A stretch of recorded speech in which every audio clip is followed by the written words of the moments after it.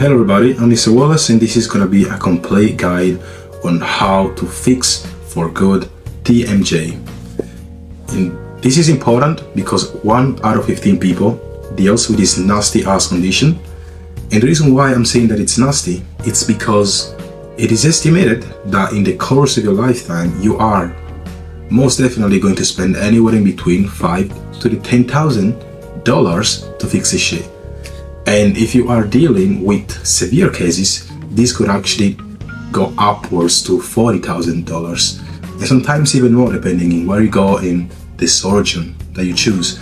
But we'll get more into that later. And the reason why I'm saying that this is going to absolutely change your life forever, it's because we can fix this even without surgery, okay? And please, this is going to be a long video, but I beg you to follow through every single step instead of just skipping through the intervention, because that's exactly what gives you the context to actually implement what I explain. Otherwise, you're just gonna fucking waste your time. But out to you. It's not my money, it's not my time. So, what is TMJ? The temporomandibular joint. TMJ is a tiny sliding hinge and gliding joint that connects your mandible with your temporal bone of the skull, alright? And it sits right here in the front of your ears, alright? Super simple. So, this is a really important joint because essentially when you open your mouth, it rotates, and when you try to open your mouth wider, what happens is that it engages a cartilaginous disc that is connected to your condyle, okay? And please, I know this sounds really complicated, but I beg you to follow through what I have to say. It's gonna get better, I promise, all right? And this is important because it's connected at the mandibular fossa that acts like a socket, right? So essentially, when everything is coordinated, the disc moves with the condyle. Load is spread around across a tough, resilient surface, and the muscles around the joint can modulate force smoothly, whether you are speaking, chewing, yawning, or just doing any sort of activity, right? And most people say that I have TMJ, but what they are really describing is temporomandibular dysfunction, right? Which stands as TMD.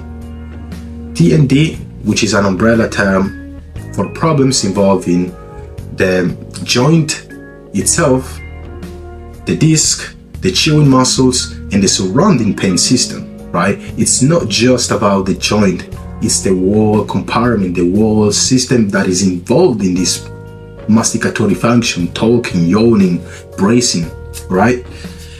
And the distinction matters because TMJ is anatomy, whilst TMD is clinical pattern, all right? And stay with me for a second. So, things like clicking, jaw fatigue, headaches in the temples, tenderness in the masseters, ear fullness, limited opening, deviation on opening of your jaw. So you might have seen sometimes when you open your mouth wide that one side goes a bit more to the other, right? Or perhaps even at rest, this could be something that you're living with, which is affecting negatively your facial symmetry, right? And over time, this is gonna snowball into a lot of different issues, which we're gonna get on later. So stay with me for a second, take a deep breath, and trust me, you got this, all right? So all of these episodes seem to be different kinds of issues, right? But they all live under the same umbrella of temporomandibular dysfunction.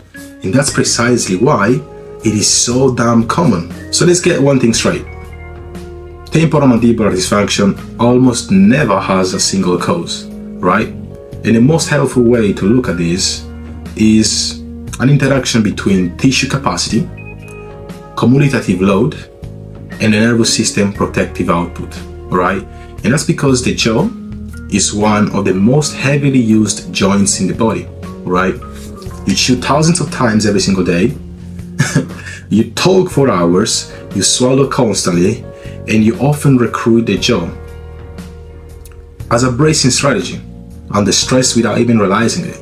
You can see this as well, like maybe sometimes when you don't get good sleep, you might wake up with a bit of tension on your jaw, perhaps on your neck. That's simply because your body is sensitizing in response to the environment that is on, all right?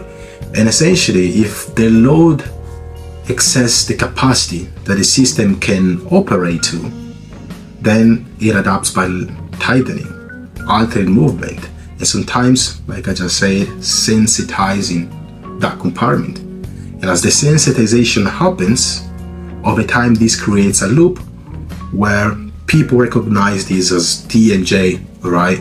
And this can be obviously the other things that I talked about earlier, being a sore jaw, which then leads to more guarding leads to changes in tracking, altered tracking increases joint irritation or muscle overuse, which can then lead to more pain, and then your nervous system treating this as threat, and the threat then increasing tone and clenching further. So it is a loop, right? And this is also why these conditions, they never get better on their own, especially if there is a really powerful driver behind it. Some of them could be, for example, actually maybe it's too early to talk about this, but yeah, I'll say it anyways. So things like bruxism, or maybe things like not having the correct tongue posture, which is obviously putting constant tension on the TMJ. So for example, if you're not doing sanction of your tongue at the top of your palate, you are gonna lead to more tension over the TMJ, right? And what I'm saying is, you should try to keep your tongue at the top. If it's at the bottom, like so, you are engaging the TMJ. This is low grade, stress, but it can still over time turn into proper maladaptation. And something even more common can be things like chewing too much on one side, or maybe sleeping always on the same side, or even more simply, resting like this. You get what I'm saying? So there are a lot of different causes that can lead to the expression of this condition. So once you accept that temporomandibular joint dysfunction is usually a load and control loop that repeats itself, you need to ask yourself, what keeps the loop running? Alright? And this might sound like an underrated and useless fucking question, but it is really rooted in what you do that causes the issue. It doesn't just, manifest by nothing. So if you are doing any of the following, which is going to be always clenching, jutting, alright, and respectively clenching can be good in a sense from your dimorphic features because it can make your lower thirds look wider, and yeah, it might, you get what I'm saying. You clench your teeth, you look a bit more, cool or whatever. Jutting, similar fashion, but you're putting additional tension upon the condyle and the cartilaginous disc that connects your mandible, which by extension means that you are going to be more susceptible to erosion. This erosion can then manifest into real structural damage of the joint, and then you're going to have to spend a lot of fucking money to get that sorted, because jutting is the kind of shit that can lead to total erosion over time. And once you get there, which is not going to take a couple of weeks, but if you're constantly jutting and you forget that you're jutting at some point, that's going to create the erosion that can then require things like total joint replacement. And once you do need to get a total joint replacement, you might need to spend upwards to $70,000, and depending in the county, perhaps even more. So you keep jutting if you want, but that's my take. Other really nasty contributors to TMJ, this function, are going to be constant chewing of gums, right? So if you are constantly chewing with any gums, that's bad because you are once again overloading the joint and the muscles engaged in the temporomandibular complex, right? So stop doing that if you can. It's fine to do it every now and then, but every day, terrible idea. And what's even a worse idea is chewing with mastic gums, alright? Especially frequently, because when you are doing so, you are pretty much overloading a joint that is not ready to be accustomed to the level of force that you are placing on it, right? So try to think of it like as a newbie in the gym. Like if you do start working out, you don't suddenly go and try to bench 200 kilos, right? You go and begin with 20, and then you go to 30, and then you go to 40, and then you go to 50, and then slowly go to 100, and eventually you keep working yourself up until you can get stronger, right? That's the same logic that you should be applying to your TMJ and to your, chewing progression. If you just go from 0 to 100, you're just gonna ruin everything, right? So stay away from mastic gums, especially early on, and some good cues that can tell you when you're ready are gonna be, firstly, is your jaw clicking? If your jaw is clicking, then forget about these mastic gums, forget about even chewing gums, because at this point, anything that you're doing is sensitizing further the joint and is promoting positive feedback towards further dysfunction, right? Another good cue is gonna be your facial symmetry, all right? So for example, if you notice that your jaw is sliding more to one side, like so, then no, don't do the freaking jaw fucking mastic gum training. And that's because firstly, you are actually loading more one side of your face than the other, so your masseters aren't going to grow symmetrically. And secondly, you are going to fit further into the issue because you are now overloading more one side and underloading the other. Cool. So no. But once your jaw is symmetrical, at that point it's great, you can do it. And another good cue is gonna be obviously some facial massages, some TMJ releases, which I'm gonna talk about later, right? And that's gonna be exactly what protects you from snow falling back into the TMJ dysfunction, all right? And you can then bias towards the weaker side with normal gums, right? Maybe you can put like 4 big bubbles on the weaker side, and you just put 2 or 1 on the stronger. So then you can still keep a sort of synchronized engagement of both sides, but just training a bit more the weaker muscle, right? And that can be quite effective.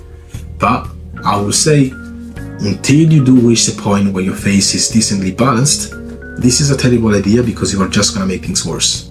So I like to think of the TMD progression as in levels, alright? So firstly, a large proportion of these cases are muscle dominant, which basically means pain is driven by overactivity, fatigue, trigger points, and protective tension in the masseters, in the temporalis, and in the pterygoids, which are the muscles responsible for the lateral movement of your jaw, alright? So it is nothing structural yet, or at least not to the point where it is fully dysfunctional. And this may manifest in the form of the occasional jaw clicking or occasional pain while eating tough foods. And maybe at some point you could also experience that your face is sliding a bit more towards your dominant side as opposed to the weaker, right? Or vice versa, because there is a lot of nuance in these things, but without confounding you further. All the cases, which are the nasty ones, are more disc and joint mechanic dominant, where the disc and the condyle relationship is less coordinated.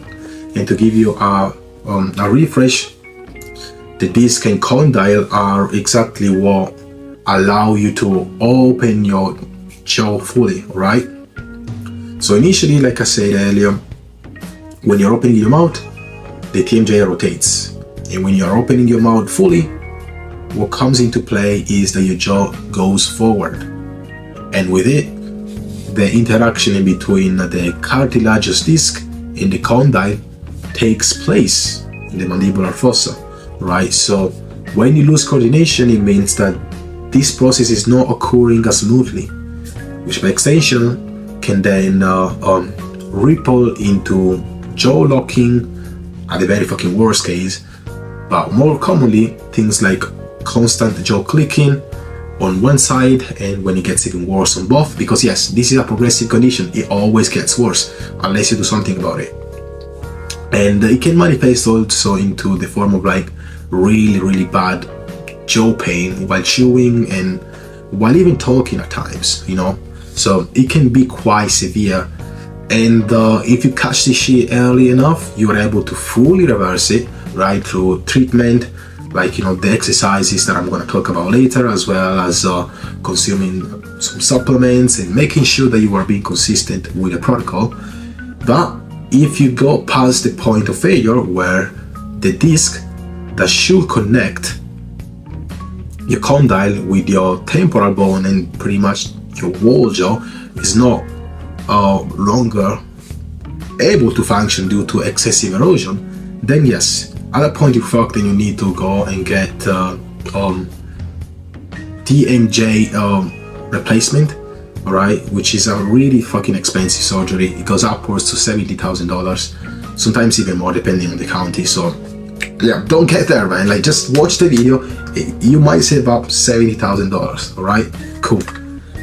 There are also a few other causes that can compound to this, and I think that one that is quite underrated is trauma, because you know, things like prolonged dental opening or whiplash can be an initiating event, and that's not because one event permanently ruins the joint, but because it can kick the system into a protective pattern that later becomes a habit, right?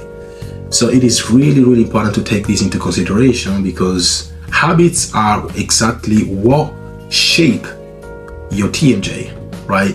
So if you are dealing with chronic tension upon the joint, guess what's gonna happen? You're gonna have the dysfunction.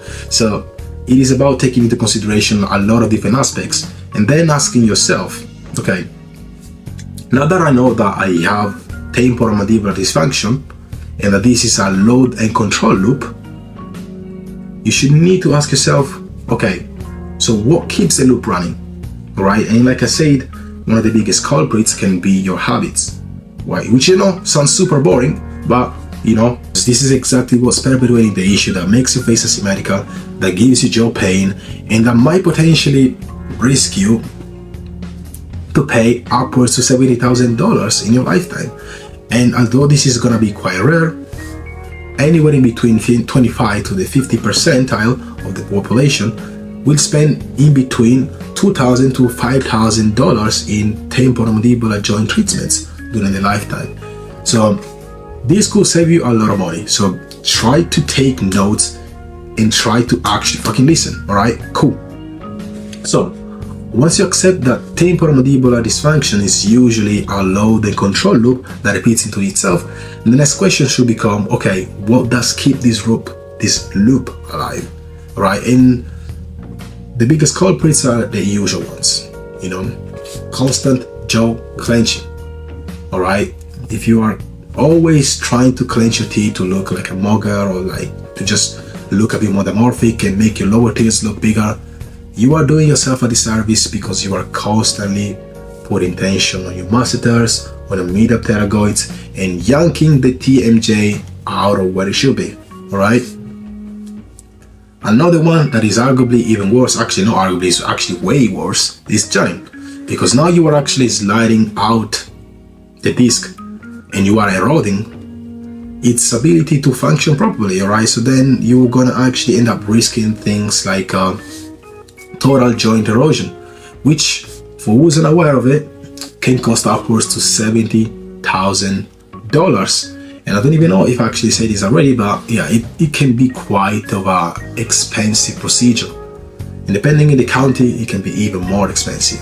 So it's basically, you know, going like this, which is actually insane. I can feel this in real time. I don't even have TMJ, but by shifting my jaw forward, I can feel that there is a crazy amount of tension on my medial pterygoid, which is, by the way, is another joint responsible for the movement of your jaw, but instead of just being laterally, it's actually very, I mean, like, how do you call this? Like in the sagittal plane, so like, you know, forward and backward, right? So when you are constantly jutting, you are putting a lot of fucking tension upon the medial pterygoids and your TMJ, causing a real-time dysfunction, all right? Which I know might sound cool, might make you look a little bit better and make you, you know, your face look a bit more dimorphic, but you are gonna get TMJ, and this is actually gonna cause the bad kind of TMJ. So if you are jutting and clenching your teeth and using mastic gums every single day, and perhaps even using mastic gums in one side in order to fix your facial asymmetry, you are going to have a TMJ speedrun into something that will be really freaking nasty. Okay, because the operations like, atherosclerosis or arthroscopy go anywhere in between 5 to 15k for arthroscopy, I believe, and for atherosclerosis it goes anywhere in between I think 8k to like 25, so it can be quite pricey. So you do you, man. This is still like, the minimally invasive procedures. It's not even the serious shit. So that's exactly what you might have to go through if you keep jutting, if you keep chewing with mastic gums, if you keep, clenching your teeth constantly to pretend that you look better than what you do. And to a smaller extent, we can also talk about things like nail biting or constant gum chewing. All right, and I mean, the chewing one is a bit of a tricky because it can be good under some aspects, but the issue is when people take into account things like mastic gums, which are pretty much a guaranteed TMJ speedrun. I gave myself TMJ for the second time on purpose last year just to see how fucking bad this stuff with the mastic gums could get, and it literally took me about 6 weeks. 6 weeks of chewing mastic gums 3 times a week was enough for me to develop clicking on my left TMJ. So if you are chewing every day using this garbage, you are going to get probably not the bad kind of TMJ, but you are still gonna get it. You're still gonna have that excessive muscular tension and tone, which then can obviously fed over time into proper dysfunction of the condyle to disc interaction, right? So another one can actually also be testing the click, which is something quite autistic if you ask me, that I used to do myself, which is basically just opening your mouth and closing your mouth just to feel like, the click of your TMJ, which is kind of stupid, but some people do it. So if you're doing that, stop. It's not helping you at all. No, it's actually making your shit even worse, right? So yeah, that's it. And one other factor can be resting on your hand, or perhaps just chewing always on the same side, especially while being stressed, right? Because yeah, chewing is not too bad, but if you are chewing always on the same side, you are doing yourself a really big disservice, especially if you're doing this with mastic gums. Like at that point, you're just being a stupid person, because you are going to speedrun TMJ even further. So whenever you are chewing or eating food, it's best to do it on both sides, okay? You're gonna see a lot of people talking about, okay, so if you wanna fix your facial asymmetry, you should start chewing a bit more on the weaker side. And this is a fucking awful thing to do, especially early on, because you are just going to promote further dysfunction of the joint, right? Imagine, stepping in the gym one day, right? And you just decide to, okay, let's fucking bench 200 kilos. Do you think that's a good idea as a beginner? Obviously no. So you want to get there gradually. You go there and you load 20 kilos, and then you do 30, and then you do 40, and eventually you do 200. So this is the approach that you should be using with the TMJ. Once you have a TMJ that is stable, that is functional, and that that the condyle to disc interaction is working properly, which you can tell instantly when your jaw is no longer clicking, and when you have balanced face, alright, so you don't have one masseter that is like fucking 4 times the size of the left one.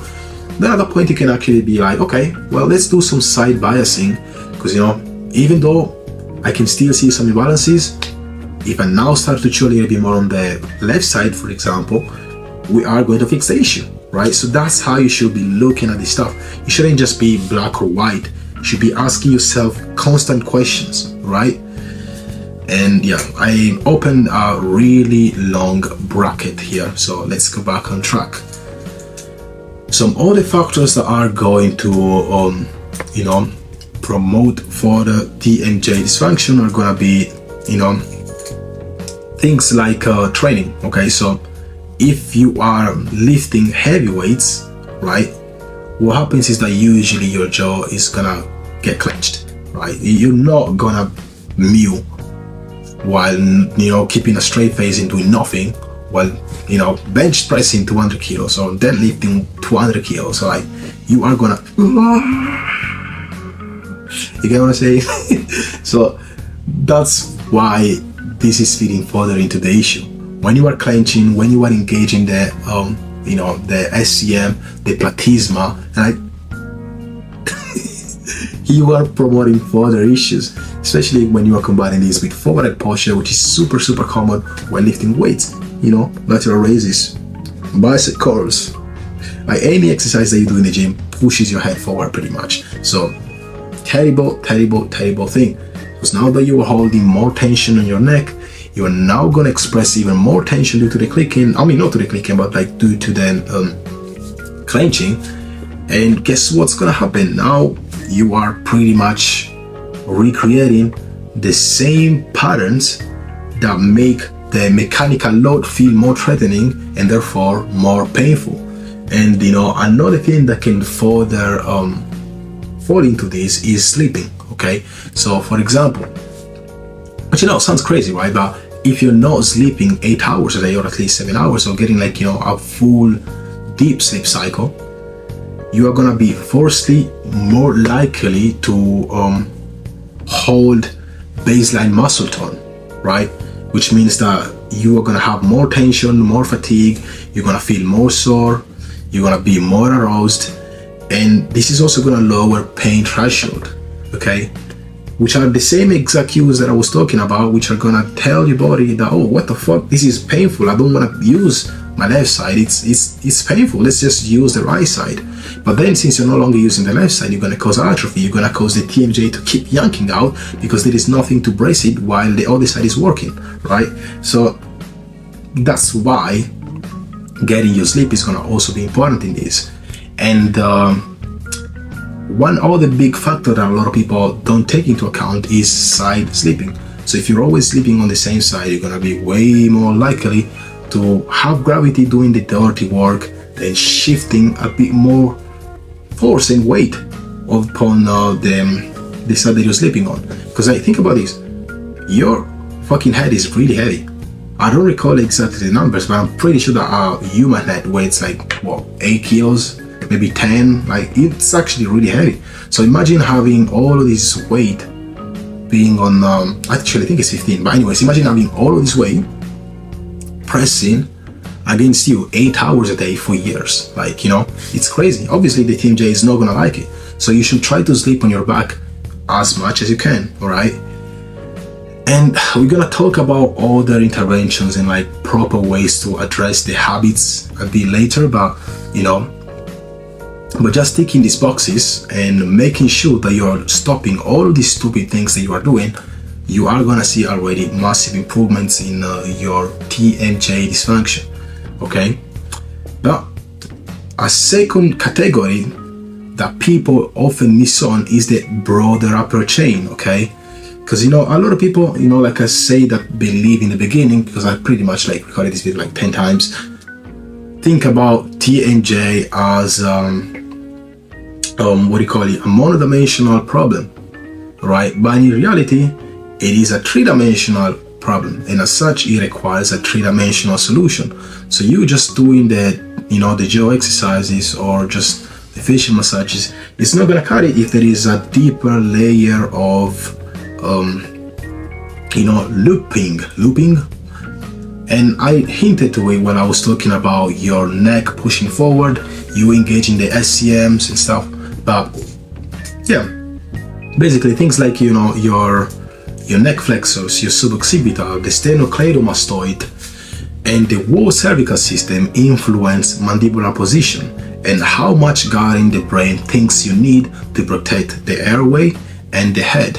Okay, so many of the temporomandibular presentation overlap with headaches and neck sensitivity, which means you cannot treat the jaw as a detached image and expect durable calmness. Okay, so it's obviously going to snowball into further issues, you know, and that's why you're going to have to work on your neck, you're going to have to work on your upper traps, you're going to have to work on your squalene, you're going to have to work on the deep neck flexors, you're going to have to work on your suboccipitals, because until you do that, you still have many drivers that are perpetuating the issue. And obviously, depending in exactly what kind of person you are, and what kind of triggers are causing the TMJ, you might have to do 1, 2, or maybe all of them, you know. So that's really what there is about this shit. So important is really, really important, but it does not necessarily mean that it is, you know, the root cause. It means that the neck and the rib cage are locked into a high tone strategy, okay? The jaw is often drafted into that strategy, which then by extension means that this is perpetuating the issue further. But obviously, you know, you shouldn't just focus on posture, you should also focus on posture, okay? Don't make of it like, you know, your only target. If you want to fix the TMJ, you're going to have to be just as consistent, or perhaps even more consistent, with the TMJ exercises, with the stuff that you have to do for your masseters, for the stuff that you have to do for your pterygoids, because, you know, there are rankings to the drivers, and your highest return of investment obviously is going to be working on the face, and then on the neck, and then after the neck you can work on the rib cage, you can work on your breathing mechanics, you can work on your pelvic stacking. But that goes beyond what we are covering on this guide, right? Because we're just focusing on the neck and the jaw and the face and the in the head. Okay, so that's really how this stuff works. And you know, it sounds really stupid, I know, but the best conservative plans often, you know, involve about reducing the tension, reducing the threat, and also improving jaw tracking. Okay, so that should be your main target. You should think about releasing, you should think about reducing threat, you should think about creating new space, you know, because obviously when you are dealing with TMJ, you are unable to open your mouth effectively, right? So you should try to find ways to make your jaw more functional, which, don't worry, it's not going to be something you're going to have to do by yourself. You're going to get into it. You're going to also have to work on, you know, on that clear tracking. Okay, so if your jaw is sliding, let's try to fix that. And, you know, like I was saying earlier, working upon those things can then help you to unlock the other side of the equation, that is working on the jaw muscles to then get more balance between left, right, and you can become a progressive chewing work that you can do to then, you know, feed further into this dysfunction and make it functional. And to like talk about some of the causes that are still quite important but not as direct, we have things like constantly resting your jaw upon your chin like so, because this is putting more tension on this TMJ, for example, right? And over time you can snowfall into the same snowfall into the same issues. All right, so if you're doing that, try to stop. And also another big driver, which I forgot to mention earlier, is chewing with one side in general. It's not just about mastic gums, it's not just about chewing gums, but if you are constantly chewing more on one side of your face, on top of becoming super asymmetrical, you are going to overload your TMJ. This is going to create inflammation, and it's going to make your face more puffy, and it's going to also feed back onto the system, telling that, okay, the other side is useless, so let's keep using this other side, you know. And whenever you try to use the left, your body will perceive that as pain, it will perceive that as inefficient, and you are going to revert back into using the other side. So stop chewing with just one side, because you are speeding up a TMJ run. Okay, and to go into like the more indirect stuff, we have things like weightlifting, because when you are doing heavy sets, you know, you are clenching your jaw and you are pushing your head forward. You are engaging muscles like the sternocleidomastoid, you are engaging the platysma, you are engaging the upper traps, you are engaging the squalene, and all of these compartments are feeding back onto your jaw tension, right? Let me give you a stupid example. You are doing your lateral raises, you're gonna you see, and this is literally putting in real time extra jaw tension, like, and it's just so useless, you know. So stop. I mean, you can keep doing the exercises, but try to, you know, keep yourself a bit more composed. Try to keep your posture great, and you are still gonna get the muscles. You don't have to be dramatic, all right? So that's it. And another indirect cause, which I believe is almost to an extent more important than a lot of the stuff that I talk about up until now is gonna be sleeping your 8 hours a day, or at least making sure that you're getting a full deep sleep cycle, because that's where muscle repair and cortisol levels tend to drop the most. Okay, and if you're not sleeping properly, you are gonna be more aroused, and your baseline muscle tone will also increase, meaning that you are gonna feel more sore on your neck. You're gonna feel more of the jaw tension and tightness. You are gonna feel more of the back pain. You're gonna have all of these cues that are feeding back onto having lower pain thresholds, which make the same mechanical load feel more threatening and therefore more painful. It's a constant cycle that repeats into itself.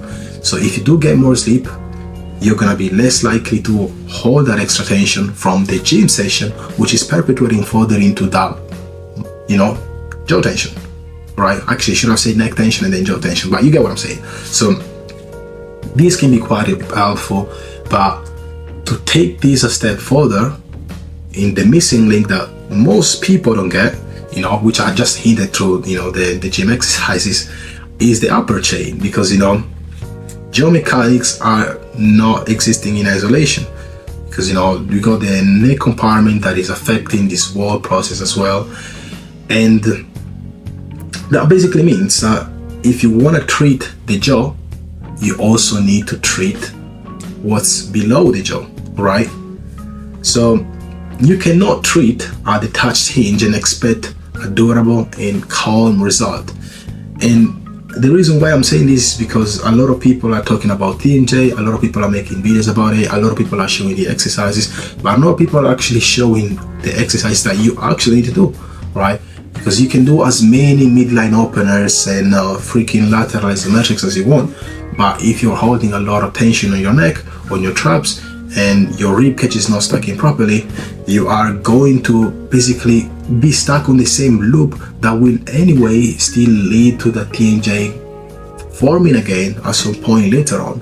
So you need to address the drivers. And I'm not saying that posture is necessarily always the root cause.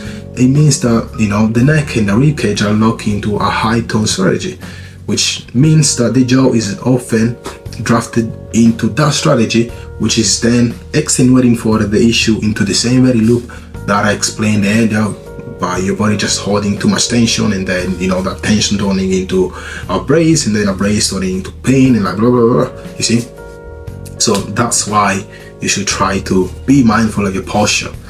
And if you had to ask me, okay, so you spoke for a long ass time, what is the key takeaway from me? Well, the key takeaway is reduce the goddamn threat, right? So if you are always using one side, try to get a bit more comfortable and also using the other side, not just using the other side, because otherwise you're just gonna turn your brain into what the fuck is going on, and it's just gonna shut off and make everything worse. So you wanna chew on your right and also on your left. You wanna try to do some massages, but we get more into that later. You see, you have to make sure that you are restoring that feedback. Okay, and that's what I mean by reducing tension. And oh my god, I keep yapping for so long, and I try my best, because it's so difficult to explain this stuff in a way that makes it understandable for everybody without actually making it too complicated. And anyways, let's get back to the point. So if you had to ask me now, okay, you spoke for a long ass time, what can I realistically do to fix my TMJ in 4 words? Then my answer would be, firstly, release tension. Second, you want to reduce threat bias. So for example, if you are constantly chewing on the right side because the left side feels painful, you want to get your body a bit more accustomed to using the left side. I'm not saying, okay, you go from just chewing on the right to just chewing on the left. I'm saying do a bit on the right side and start to do a little bit on the left, so your body can get accustomed to it. Okay, and as this happens, your body is gonna get a bit better at using the left side. It's gonna become more efficient, and it's gonna reduce its guard. Okay, and as the guard decreases, you get even better because you don't have as many constraints, as many limitations towards improvement. Think of it like as you going on and playing football with your friends. You keep playing football, let's say for a whole summer, you're likely gonna be better than someone that has never played football, right? So your body can adapt and can improve as a consequence of what you are trying to send as a feedback, right? So that's really, I think, what's gonna be one of the most important things. And as time goes on, you want to also add intensity, because now that you have restored function, now that your jaw is a bit more centered, now that you're able to open your mouth wide without clenching or without clicking, you can actually proceed with, intensity because you've earned it. Okay, you don't go straight on from 0 to hero, which is from just doing nothing to then intensity. Because when you are choosing aggressive releases that spike sensitivity and teach the nervous system that the area is fragile, you aren't actually fixing the problem, you are just creating another one for yourself. So to be conservative, let me try to explain a bit deeper, what I mean now. Because, I gave you some good pointers. I explained how you can recognize the drivers behind your temporomandibular joint dysfunction. I explained how expensive this stuff could be. I explained how you should also view all of this anatomy stuff, but now we need to actually explain what works and what actually doesn't. Okay, so the most reliable solutions are reversible, staged, and boring enough that most people underestimate them. Okay, and I think that step one begins with education and load management. So you need to teach your body rest position and reduce parafunction, which is all habits by which you are clenching, jutting, or bruxism and things like that. So for example, if you are somebody that deals with bruxism, wearing a night guard can be quite helpful because you are going to directly reduce the engagement of your masseters. It's also going to be really good for your teeth because over time bruxism can flatten out your cuspids and you aren't going to be able to chew as effectively, on top of also eroding the joint. Okay, so people that are dealing with bruxism are a much higher risk of temporomandibular joint dysfunction, the later stages of it, which is when both sides are clicking, when you're dealing with a lot of pain, a lot of headaches, and the risk of replacement or invasive surgeries is going to be quite high. So you might need things like double jaw surgery. You might need things like atherosclerosis, or at the worst case even total joint replacement, which, like I mentioned already, can cost upwards to $70,000 and in some places even more. So that's the direction that we're going on. And honestly, you begin with this and you try to also stop click checking in case you are. So this is something that I used to do myself. Like when I had TMJ and I became aware of it, I started opening my mouth wide every 10 seconds just to hear this click and see things were improving. No, you shouldn't do none of that. You should just eat and live your life comfortably. You shouldn't wait for the click. But I think this is probably more so an autistic perk of mine, but don't do click check, okay?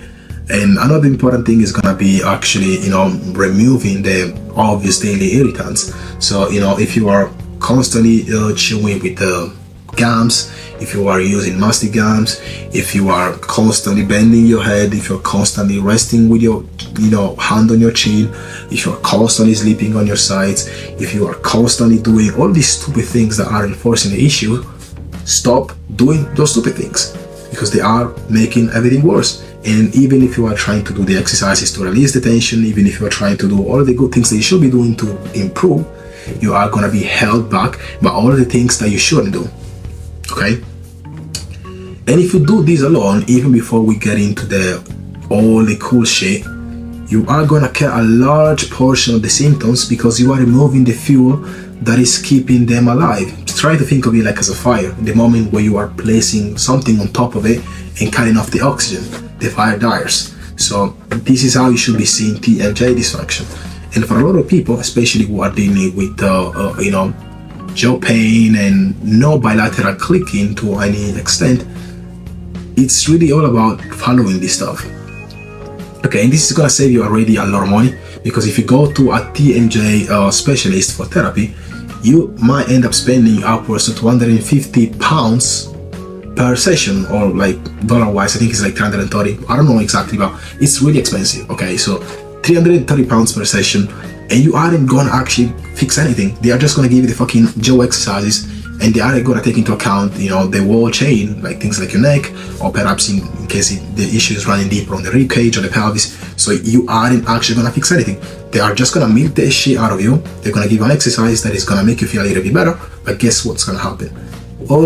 2 weeks later, you need to go back into the clinic or the place to do the treatment and spend another $200 or $300. Okay, so now you're spending $600, and if you do this every month, it's actually already $1,000. You see, it's so fucking scammy. So no, that's not what you should be doing, And I'm sorry if I started yapping, but this is exactly what you do. Like, if you do these things, you're fixing the issue. And if you want to do stack on top something else to make the process even easier, you can alternate in between icing and heat. All right, so 10 minutes of cold, 20 minutes of heat. Brilliant stuff. It's going to help you to reduce the inflammation. It's going to help you to reduce the facial puffiness. It's going to help you to restore function, and it's also going to help you to manage better the condition in case you reach the point where doing those things alone aren't enough. And this is exactly what it connects back to the next point. So if you are dealing with jaw clicking, or you are actually dealing with things that have eclipsed the basic symptoms, like just being unable to maybe open your mouth fully, and now you are unable to even fit 3 fingers in your mouth, for example, like so, then you might be able to stack these on top with things like soft tissue release. Okay, and this can be done quite simple, by just rubbing your hands against your cheeks, just like so. You do some circular motions, okay, starting from the lower bits, and then you go forward, and then you go up. You just massage your zygomatic muscles, major and minor, your masseters. You also do this on your forehead, forehead or your temporalis, which are holding a lot of tension. I know that people aren't really thinking about the temporalis, but these are some really, really important muscles that are connected to your masseters. So if they're holding a lot of tension, they are feeling a lot of pain, you are gonna translate that tension across the wall chain.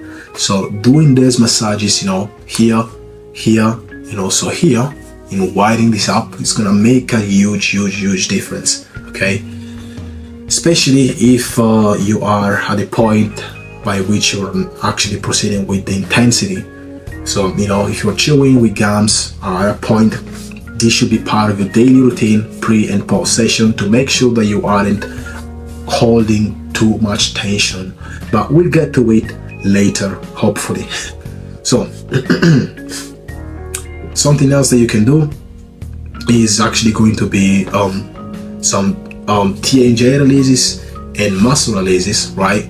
And by muscle release, I pretty much mean things like masseter releases, okay? Where you just take your fingers, right, just like so. You place your thumb inside of your cheek, ideally with your fingers clean. There we go. You take the sheet, and you just be like so. You see? I don't know if you can see that. Like, you grab, and then you try to like slide your finger.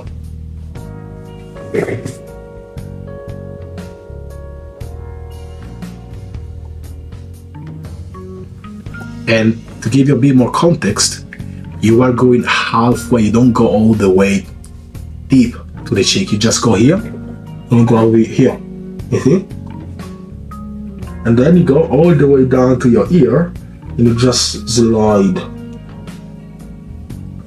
This is gonna be an amazing exercise, especially for the first kind of people who are, you know, in the in between phase, and they just want to get rid of the shit as fast as possible. Okay, so if you've been using mastic gums and doing all of this garbage, and you are actually willing to do some exercises to get rid of the issue even faster, this is going to be a huge exercise, because it's going to help you to directly reduce that tension upon the masseters, and when combined with the, you know, massages on the temporalis, you are going to be Gucci. Okay, and in terms of like how many times you should do this for, there is really no strict rule. You should really do it for as long as you feel like it's comfortable. But in my case, I think that doing 5 repetitions per side is going to be more than plenty if done twice a day. Okay, you can do that morning, evening. You can do that, you know, session back to back. I think it's better to space them out a little bit, but you can do whichever you prefer. You know, as long as you give me the feedback for restoration, it's still gonna help you out. So you can do this, and then you can stack that on top of the icing and the heat exchange, and boom, you're gonna get rid of all of that stupid masseter tension that is preventing you from being able to, you know, get rid of the jaw pain and that chronic tension that is flaring up one side of your face more than the other and making you asymmetrical. So this can be a really good one. Another exercise that I do like doing myself is the lateral pterygoid release, which basically entails in you taking your finger, right? And by the way, the nail should always face outward, never inward. You go like so, and you go and push all the way down, all the way back to your last upper molar, and then you go up, like so. And just hold it for about 15 seconds. And so yeah, for the lateral pterygoid, you can do this exercise upwards to 4 or 5 times a week. And repetition wise, I think it's good to do it twice, right? You do 15 seconds on the right side, you do 15 seconds on the left side, and you can just repeat the exercise over again, right? But I wouldn't really go too overkill with it, because, you know, if you are doing too much, then instead of like releasing tension, you are now telling your body to brace for it, and it's gonna snowball into further dysfunction. So just be conservative with it. And if you do this one and you do the other one, and you combine that with some lateral isometrics, which is really just entailing you moving your jaw sideways, left to right, and you do some vertical isometrics to engage the middle pterygoids and to strengthen, you know, the muscles engage on the jaw opening. You know, that's gonna help you to slide back in place whoa, sorry guys, so it's been a long ass video. It's gonna help you to put back in place the cartilaginous disc that connects the condyle with the temporal bone and the mandible, which obviously is gonna help you to be able to open your mouth more effectively. It's gonna reduce the jaw clicking and the jaw pain. Okay, and another exercise that I like to do myself that combines the lateral isometric, which basically just entails in you going like this. So pushing with your thumb to the left side, 3 to 10 out of force, you know, so, and then, you know, returning your jaw. This is really good if your face is drifting to the right side, okay? So you are training the left pterygoid. So when you're doing this, as counterintuitive as it sounds, you are actually training the muscle to get your jaw more centered, okay? Because the pterygoid acts like a rope, and when this muscle is weak, the rope is loose, and when the rope is loose, your jaw slides, right? So when you are instead trying to, let's say, fix your jaw sliding to the left side, what you should be doing is strengthening the right lateral pterygoid. You can do so by doing the same thing but opposite direction. So you push right and you return to the left. As simple as that. And for this one, I like to really stick through a more standard repetition range. So I do 7 repetition, and I do this in 2 sets. Okay, so I do 2 sets on the left side and 2 sets on the right side. So in total 4, and you can repeat this upwards to 5 times a week. Okay. And it's really simple, and ideally, like if you really want to do this in a perfect way, you should like spend 3 seconds in between each rep. So you shouldn't just No, you should do like slowly. You can add even more isometric resistance by, instead of like applying a 3 out of 10 force, a 4 out of 10 force, by really just placing your whole fist upon the jaw and just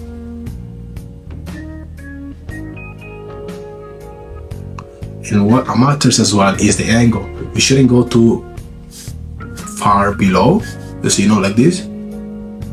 You shouldn't go too up. You should sit gently in here, you see, like so.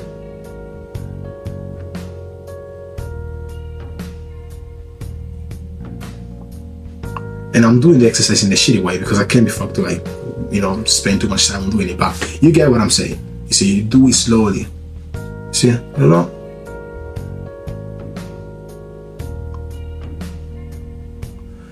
And yeah, hopefully that's enough demonstration. And you just do this, you know, 4 to 5 times a week, and that's it. You're Gucci.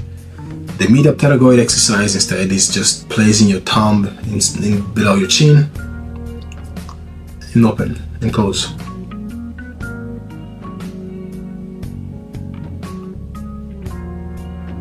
Ideally 5 seconds in between each rep, but I don't want to take too much time showing you the exercise, so that's how you do it. You can once again progress by starting first with your thumb. You can then do it with both thumbs, and then you can do it with your chin, with your fist. See?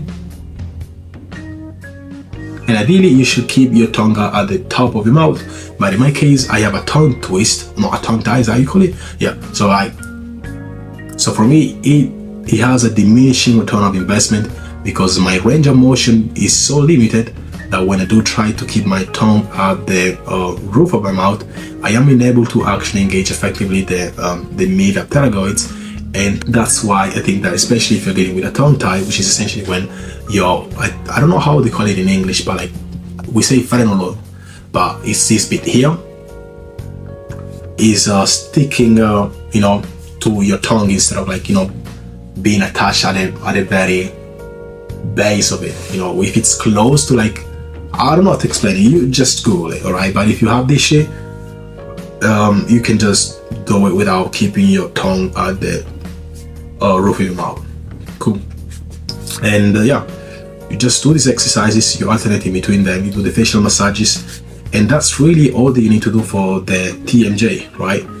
Then we also have some other exercises that you can stack on top of it, but they aren't as important. It's the fancy shit, which, in case you want to know more about, you can go and check my school community, because I'm gonna actually share the second part of this video where I share more of the exercises. But to give you a good representation of what you should be looking at for, the neck compartment, and also the other structures that are involved in the temporal I cannot speak in English anymore. The temporomandibular joint functioning. You have obviously things like the suboccipital release. You got suboccipital holds. You got frontoccipital holds. You got things like SEM stretches, squalene stretches. You got deep neck flexor knots. You go to an extent chin tucks, which are not as helpful here, but it still can improve the deep neck flexor functioning. And you can also have, on top of this stuff, some platysma stretch. And in case I didn't say this earlier, the platysma is pretty much the front bit of your neck that connects your hyoid with your chest. Okay, and I'm wearing my best literally to show this shit, by the way. I'm not trying to show off. So you just go like this. You see that everything's been pulled up, and that's the platysma, right? So when you're holding a lot of tension at the platysma, this can feed further into the jaw strain pattern that we covered in the beginning. So yeah, guys, I think I pretty much explained everything.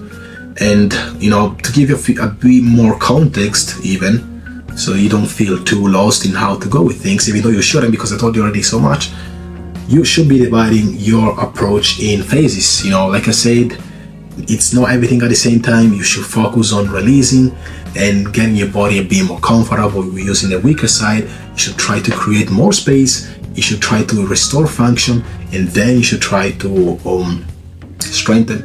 So in the approach that I use for my programs, I usually tell everybody, okay, Phase 1 is where we just do releases, and it's just where we do the stretchings. Okay, so exercises wise, you do midline openers, you go lateral isometrics, you do the facial massages every single day. By the way, the facial massages are every single day, morning, evening, and ideally even in between meals. Okay, it's nothing crazy. It's a minute of circular motions, any kind of exercise that can help you to reduce tension from the masseters, the TMJ, the temporalis, and so on and so forth. And then, you know, you just cycle in between the TMJ releases, you know, which are pretty simple. You just take your thumb and just stick that on the TMJ, you open your mouth. Super simple. And like I said, the TMJ is situated right in front of your ear. So if you're not able to, you know, find it, just press until you find a spot that is a bit more sensitive. Okay, you are going to find it. I can guarantee you that much. Once you're there, you press on it, or you can just take your whole palm and stick that upon your face, so then you know for certain that you're not missing it, and you just open your mouth. This is the exercise that you have to do. I think this one can be done upwards to 4 times a week early on, and then you can actually increase it to 5 times. Your second is on top of everything else, the facial massages, the lateral isometric, the vertical isometrics, the TMJ raises. You can then do the various stretches exercises, the various fucking things that I told you about in in the educational behavior stuff. So obviously trying to stay away from all of the bad habits that are enforcing the pattern, trying to maybe also alternating between icing and heating, and also as a bonus, you can also stack on top of this dieting, you know, because for TMJ health you need collagen and also adequate protein consumption alongside, you know, obviously consuming a good amount of calcium and vitamin D, because even though it doesn't really, help directly the TMJ, it can help you to retain a bit more healthy compartments within your skull. Okay, so that can perhaps create a better environment in which the cartilaginous disc can behave better, right? And the cartilaginous disc is made out of cartilage, as you can probably imagine. And cartilage requires collagen type 2 and collagen type 3. So consuming things like bone broth and maybe even gelatin gummies or gelatin in general, you know, upwards to 25 grams a day, really good shit. Whereas for the, in case you're preferring, you know, powders or perhaps pills, you should be consuming anywhere in between 3 to 5 grams on a daily basis, which I think are making things a lot easier. But make sure that you're getting collagen type 2 and collagen type 3. That's exactly what you need for the TMJ functioning. All right. And I think that's pretty much everything that I was meant to say for the free video. So yeah, I think I'm gonna post this on YouTube. And in case you are not familiar with my other shit, go and scroll through the page. I have a lot of different cool guides talking about how to improve facial asymmetry, how to grow taller, because you can also do that as an adult, by the way, and there is a lot of videos supporting that, including myself. But there is a lot of shit that you can check. I also do one-on-one coaching, so in case you're interested in my personal assistance for facial asymmetry, TMJ issues, or high maxing as a whole, or posture restoration, because that's another big one, contact me on my Instagram, being Mr._Wollas, or on my email address, kingwollas31@gmail.com. And also, last thing, we have a school community in which you are gonna get the full thing of this video, which I am going to post, and they are gonna also the other exercises and shit. So in case you wanna get the full method, join the school, even though I pretty much told you all the exercises. So if you scroll on Google, you're still gonna find all of them anyways. But yeah, that's it. Bye.